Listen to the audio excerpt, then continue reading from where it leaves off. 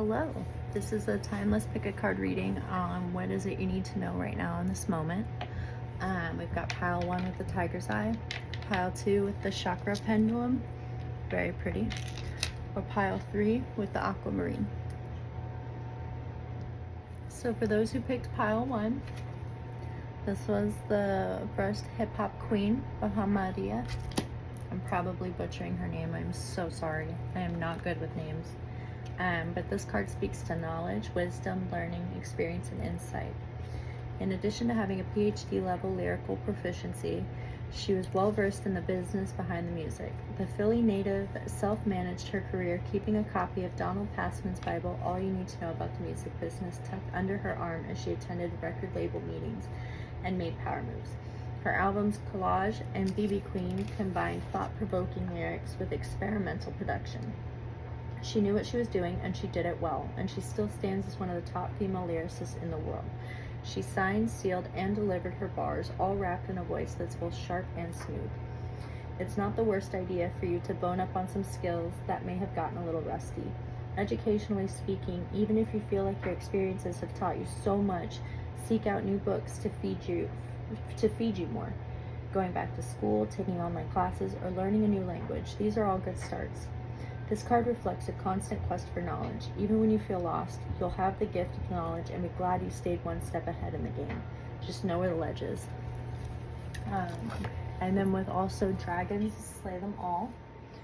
This is actually one of my favorite cards because you'll kind of see she's got a prosthetic leg there, showing that even though she's had a moment of weakness, you know, even though she lost her leg, she's still getting up and she's still willing to go fight these dragons that are floating around in the castle.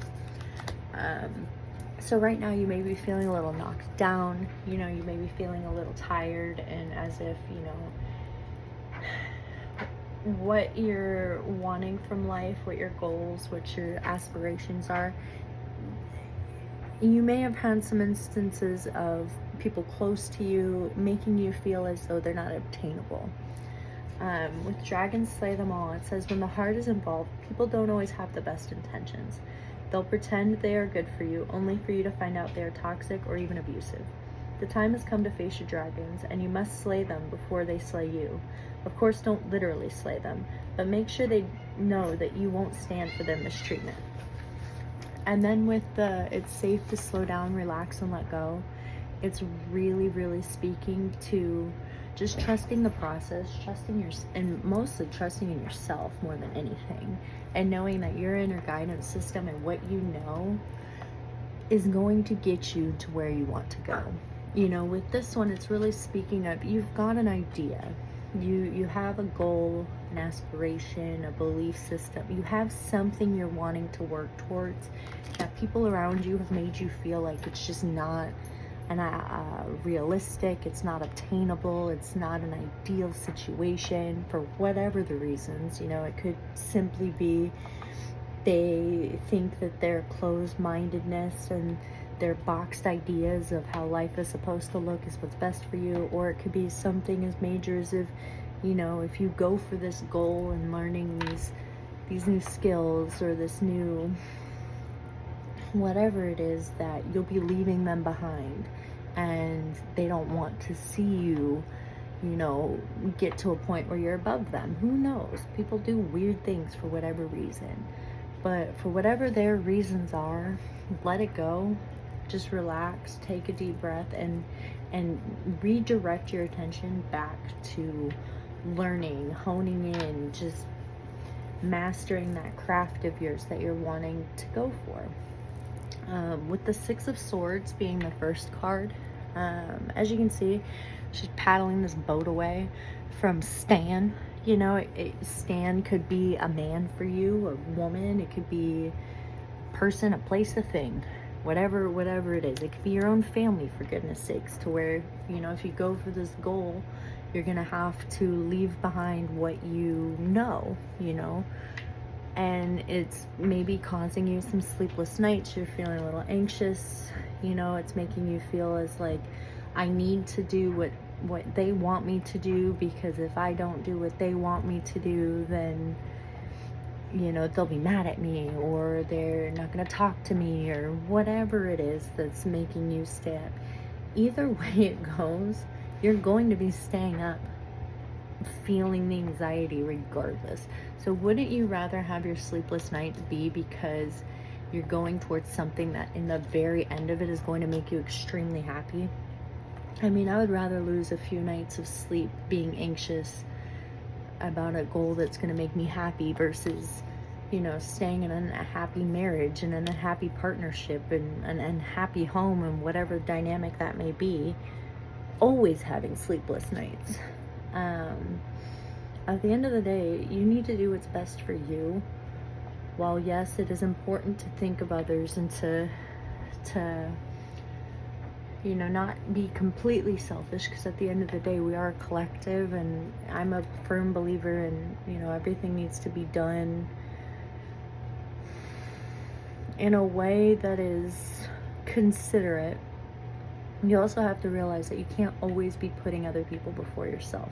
Consideration should only go so far. When it's getting to a point where you are stifling your creativity, you're limiting your abilities to learn things, or you're completely dismissing your wants in life, that's when you got to kind of draw a hard line and be like, look, no, at the end of the day, I need to get up, I need to fight for what's best for me, what's going to be best for my life, and I need to put all that effort into learning, honing, and just sharpening that craft.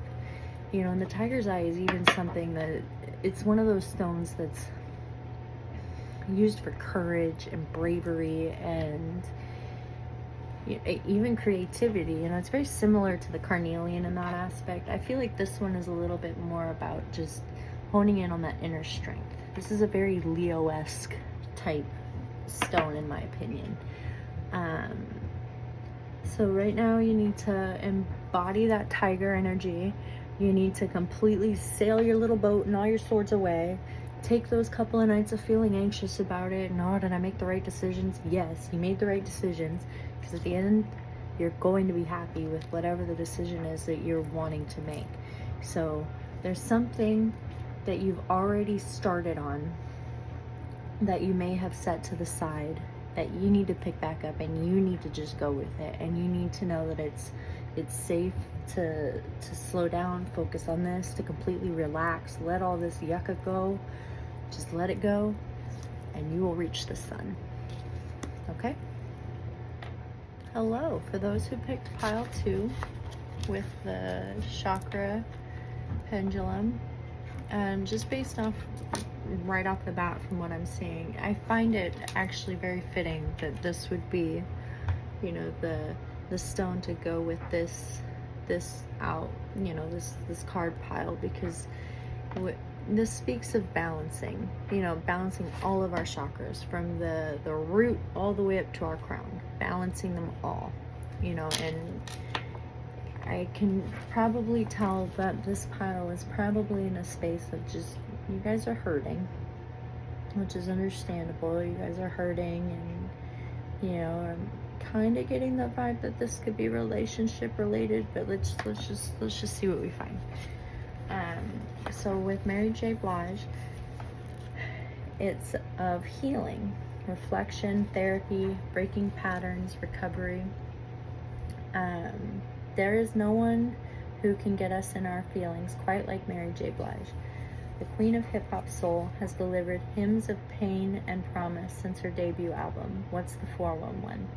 She's had us searching for real love and led us in chants declaring we want no more drama. She urges us to recognize toxic patterns in ourselves and those we love in an effort to recover from all that has harmed us in this life, our previous one, and the next. She does so with grace, yet she's tough as nails. Who wouldn't be after bearing her soul time and time again? You can't heal what you don't reveal. Mary's card is prompting you to take a closer look at the traumas you've endured to understand how you're behaving in the present. Identify the obstacles you've encountered in your life. Sometimes we react so aggressively to the slightest things and have no idea why. Well, it's time to explore those reasons. A personal deep dive will help you better understand yourself and in turn help you better control your emotions. If you can't do it on your own, seek the guidance of a professional or a spiritual guide or an elder. You deserve a drama-free life, starting with yourself. Man, can I relate to this pile? I think that if I was to pick out of the three, this would be the one that I probably would end up with. Yeah, so it's definitely seeming like you guys are either in a toxic relationship yourselves, or you know, you're in a toxic relationship with somebody else.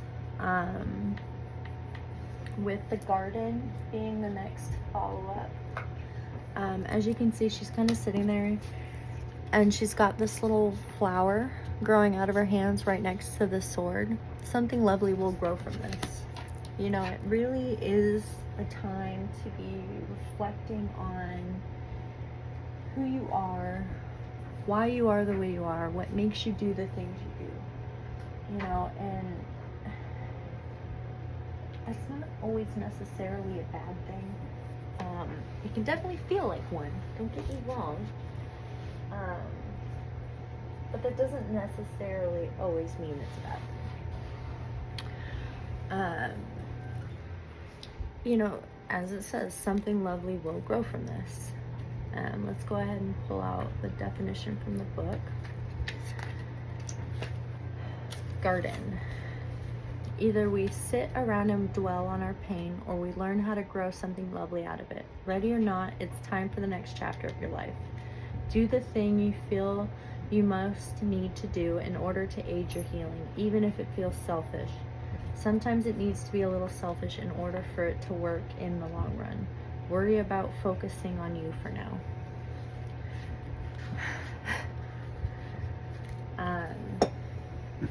I'm going to tell you a bit of story. I won't take too long on this, but I was once in a marriage, right, for 10 years with someone who I'm pretty sure he didn't really like me. He definitely didn't act like he loved me. I was controlling. I was toxic. I was abusive. I was mean. I was selfish, borderline narcissistic, if you ask me. You know, it was very ridiculous.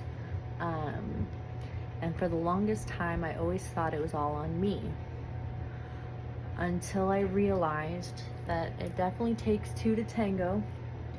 While, yes, I was all of those things, he was also all of those things. It was a very, just, toxic is just not even, it's such an understatement. It was a disaster. And the last, I want to say, 3 or 4 years of that marriage, I really dived into therapy, and I really focused in on myself, thinking, you know, if I fix myself, if I heal myself, if I changed all these things about me, that it would fix everything, that it would make it better. And it didn't.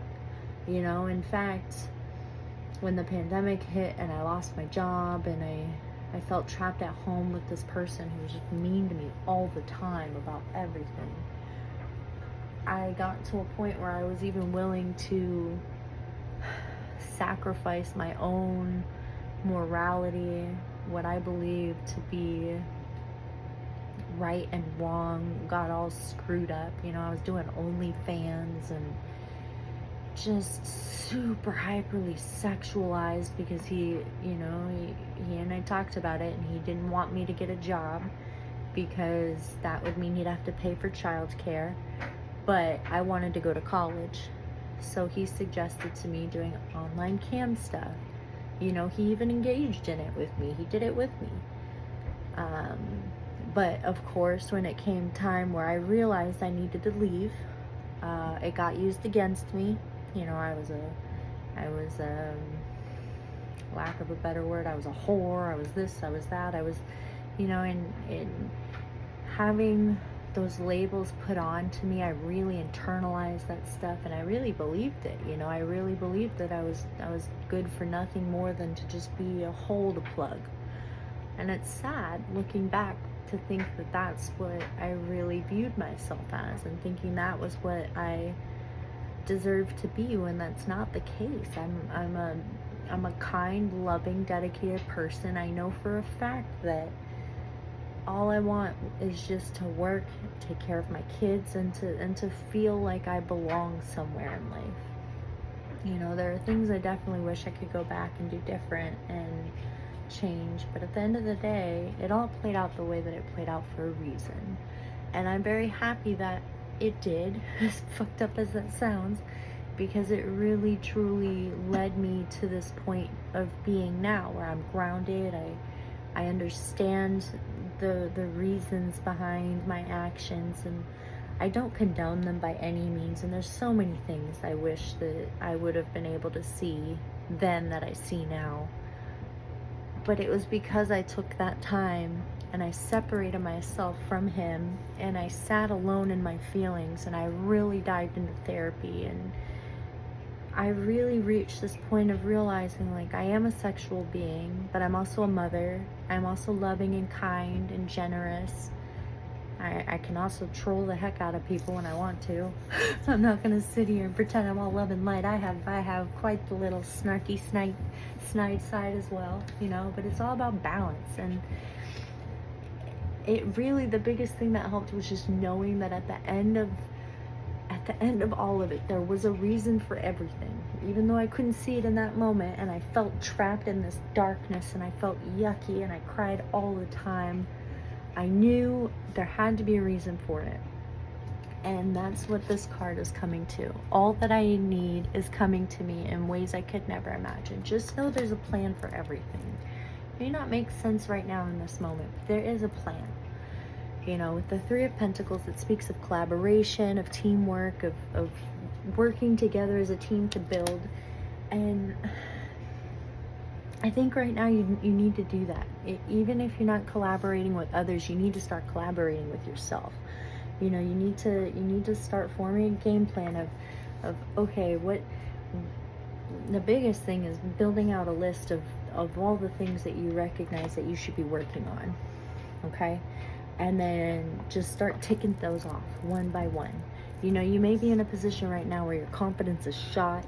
You may be, like my therapist told me, I'm a porcupine, where you're wanting love, you're wanting, you know, to be nurtured and cared for, and you're wanting support. But when people try and get close to work with you, you're poking them with your little pokers, you know. And it's because you have these things inside that need to be healed. And instead of wrapping yourself up in others, you know, the upright, the lover speaks of soulmates, of connection, of love, of, you know, all this. Right now, you need to be putting all that into yourself. You know, right now is not a time to be focused on any kind of a relationship with anybody until you're loving yourself. As RuPaul says, my favorite saying, if you can't love yourself, how the hell are you going to love anybody else? You know? And it's okay to take a step back from people and be like, look, right now, this just is not where I want to be. You know, I'm not happy. I'm not content with where I am. I'm miserable inside. I'm lashing out at everyone around me, and I need to figure out why. Why do I do what I do? I recognized pretty quickly the reason why I was so hypersexual. Trauma. I grew up in a household where my father was completely absentee, and I was constantly seeking his attention and his approval and never getting it. He always made me feel worthless and like I didn't matter, like nothing I did was ever good enough. You know, all my other siblings were much better than me. I was the fuck up, the forgotten one, the one that nobody cared about. And you know, from a young age, I was taught,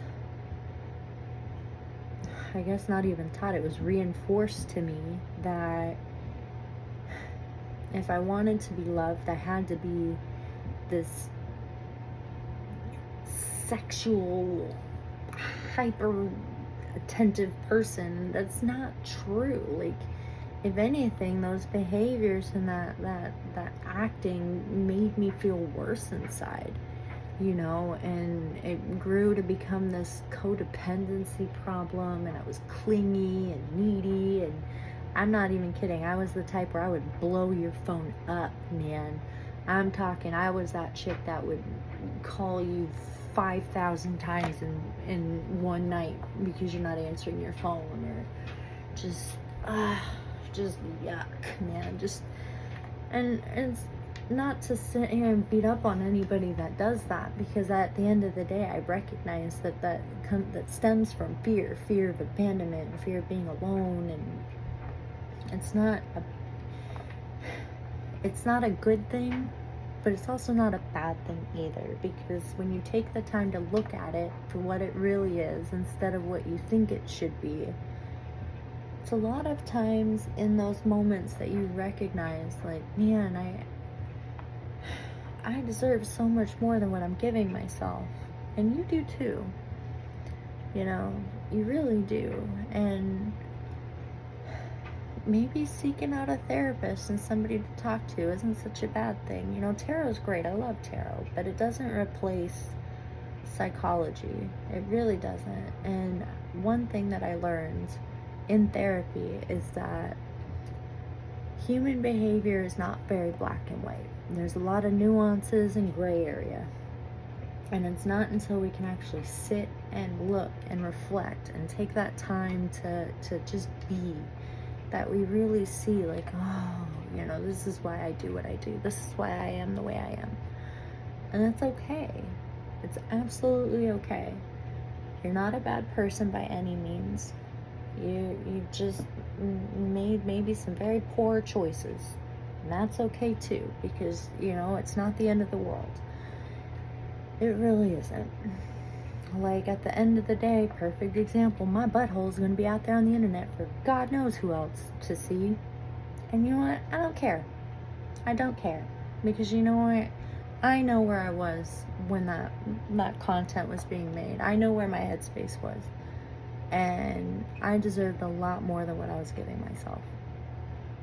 And you also deserve a lot more than what you're giving yourself. Because when you really take that work inwards and you start to put all that time, love, and attention into yourself, my gosh, the things that can grow from it. You know, I went from thinking, my whole life I was told that I was gonna grow up and be dependent on somebody. You know, my mom and my stepdad were very,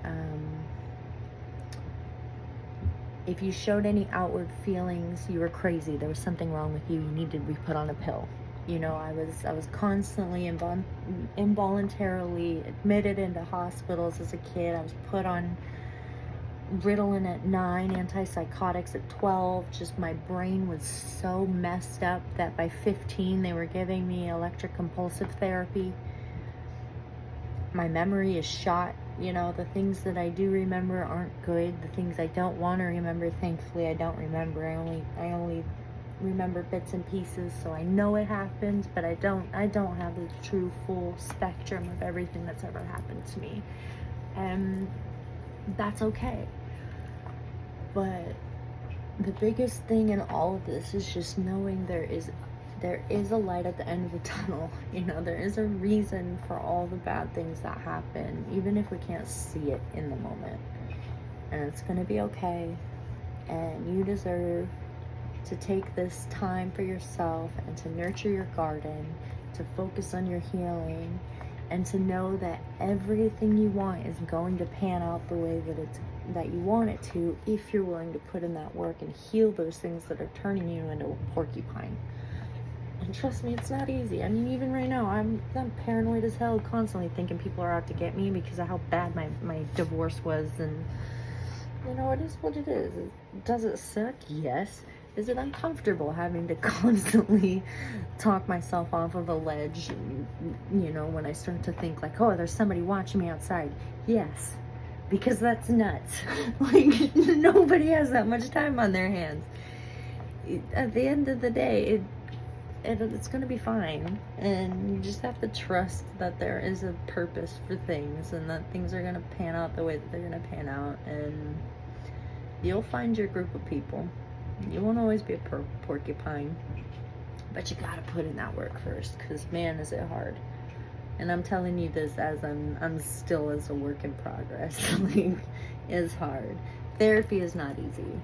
It's not. And a lot of times they're gonna call things out that are gonna make you extremely uncomfortable. And the best thing you can do is listen to it, take it, reflect on it, and apply it to where it needs to be applied, and do your best to just keep nurturing yourself in your garden. I think right now the best thing to do is, if you can, get in with a therapist. If you can't, Google different therapeutic methods. Journaling is great. I don't know if you've ever heard of flow of consciousness writing. It's where you go into writing something and you don't really have an idea of where you're going to start. You just write the first thing that's on your mind and you just keep writing. And sometimes it's going to look like nonsense when it comes out, but the things that end up coming out, it's pretty amazing. Yeah, and just focus on you right now. Stop caring about the toxic people in your life right now. Stop pouring all of your love into all these emotionally unavailable people, thinking that, you know, if you just love them more, then eventually it's gonna pan out. Because that's not at all how it works. They are literal life suckers, and they're just gonna keep sucking the life out of you. And sometimes you gotta take the whole person and you gotta place them where they belong, which is in the trash bin. And you're gonna be a much healthier, happier person at the end of the day because of it. So yeah, I mean, who doesn't want to sit in a chair and be pampered by others? Like, you'll get there. You will get there, my friend. I relate to you so much, and I'm sending you so much love. It's gonna be okay. I promise. Hello, for those that picked pile 3, the Aventurine, right off the bat, don't be offended, but the vibe this is getting is control freak. Not in that kind of a way though. Listen, I'm getting, you're wanting to control everything to the point where you're actually stagnating yourself. And hear me out. By control, I mean you're wanting everything to be perfect. You're wanting it to be wrapped up in this pretty package with this cute little bow, and it's just like, that's just not, nope, we gotta let that go. So for the first card out, we've got Spinderella. She actually was the DJ for the Salt and Peppers. I don't know if you guys remember that band, the Push It Good ladies. But the card speaks of changes, movement, and new beginnings, as well as transitionings. As 1/3 of Salt and Pepper, Spinderella was a force. Starting out as a dancer, she applied her fluid movements on the turntables, DJing for the legendary group throughout their most pivotal years. From spinning records in the video for Salt and Pepper's classic Push It to lending some of her own bars to their later track, What a Man, Spin knows how to get the party started. And like all of the female DJs who have come before her and after her, she is a pivotal disc in the backbone of hip-hop. After all, how can a party rock without the music? Like record spinning on vintage Technics, the tables are also turning for you. An issue you've been grappling with just needs you to pick a direction to move in. There's a beauty in change, in that it's always constant, and you are more ready for it than you know. There are, of course, growing pains with every new level, something Spinderella herself has experienced. That's what makes this card so special. Invoke the spirit of the DJ and let the record spin how they must. You won't skip a beat. So, right now, it's seeming like you are at a point in time where you have a choice to make. You are at a crossroads. There's a few paths you could go down, you know, a couple of choices you could make, but because you're wanting it to be so perfect, you're hesitating to pick a direction in which to go. The next card up is the Lighthouse. Don't doubt your worth. Notice she's kind of hanging up this picture, and it says I am enough, and she's got these flowers, and everything is neat, prim, and proper in this card. It's very, very organized and neatly placed. So with that it says, don't doubt your worth. There will always be someone in your life who doubts the amazing things you're capable of. It is then that you must decide to be your biggest champion. Believe wholeheartedly in your own worth, regardless of outside opinion. Feed yourself a steady diet that speaks to love, self-kindness, and self-confidence. So right now, I don't know if it's you're wanting to choose the path that's going to please those around you the most, or if it's more so of you don't feel like the path that you want to take is going to, oh, so sorry. You don't feel like the path that you're wanting to take is going to be the most successful. Either way it goes, don't doubt yourself. You know, one of those paths you want to take, clearly. You want to take that leap. And I mean, why are you waiting? Like, why does it need to look a certain way or be a certain way before you make that jump into what you're wanting to make? I mean, sometimes things can't always be planned out perfectly, and you know, it's not gonna always have bullet points of exactly how it's supposed to look. Sometimes things are gonna be chaotic. It's gonna be just messy, and it's not gonna look the way that we want it to look, and that's okay. It was interesting because when I was shuffling these, what are they, the spiritual junkie cards, you actually got two of them. So the first one is, my genuine desire to serve clears the path for me to step into my purpose. And then it says, I celebrate my progress awareness, not perfection is the goal. So again, it's speaking to you have a path you want to take that is definitely a purpose, and it seems like the path that you're wanting to take is going to be one that's going to serve the greater good of everybody. You know, even if those around you don't think that that's going to be the case, or you're worried they won't think that's going to be the case, your desire to serve in whatever the context is, that's the path you're supposed to be going down. It's the path that serves the best for you and for, at the end of the day, everyone around you. And it doesn't need to look perfect. You don't need to control every little aspect, and it needs to be, you know, this way and that way, and if it's not done this way and that way, it's not supposed to be done. Nope. No. You're at a crossroads. You don't get to make the decisions of how it looks. You just have to kind of go with it. Because you want to celebrate your awareness to the progress, and not necessarily that it's ending up looking perfect. You also ended up with 4 cards, which was very interesting because the other piles only got 3. You got the Sun in reverse, which when it's in its upright, it's the happiest card in the deck. When it's in reverse, it's still not necessarily a bad card. You may be in a spot where you're not necessarily unhappy, but you're not happy either. You know, you're definitely in this kind of limbo kind of energy. Which, again, I mean, it's not really surprising with all these other ones that are going on up there. The next follow-up card, which is interesting that it would be charity, because again, charity and your purpose. So I'm assuming that whatever you're wanting to go towards is something that's really going to serve everybody. If I can find this card. So, charity. The charity card depicts the image of one of the most sacred animals in Nordic mythology, a blue cat.